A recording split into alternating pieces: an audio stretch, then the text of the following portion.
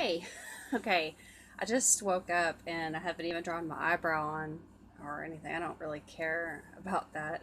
How are you doing? Um, I get woken up. I'm not fully there yet.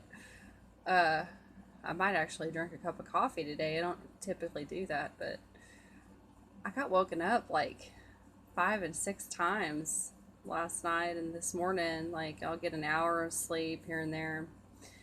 I'm just like tired, man. But oh yeah. Okay, so my mom came and woke me up and said there's somebody on the phone for you. You've been implicated in some charges. And I'm thinking, what the hell did I do now? I don't, because I don't ever go anywhere. I don't ever do anything. So I'm just like, oh great. What is it now that I've magically done somehow? Well, okay, so I go and I get on the phone and there's this they're asking me about this old address and something a check that I wrote. First of all, I don't ever write checks. And she said a check that I wrote for a check and go a loan. It was and he was telling me about all this charge of fraud that I defrauded. I wrote a hot and I was thinking, okay, I wrote a hot check in a store. And I was like, what store? And he said check and go.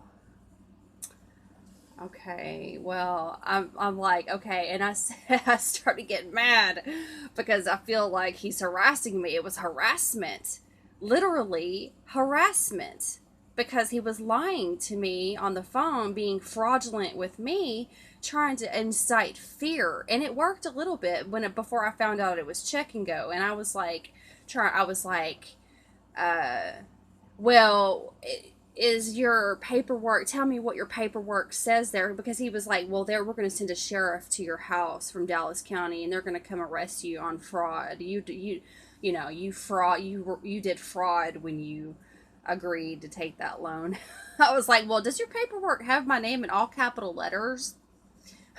I was trying to go the straw man route.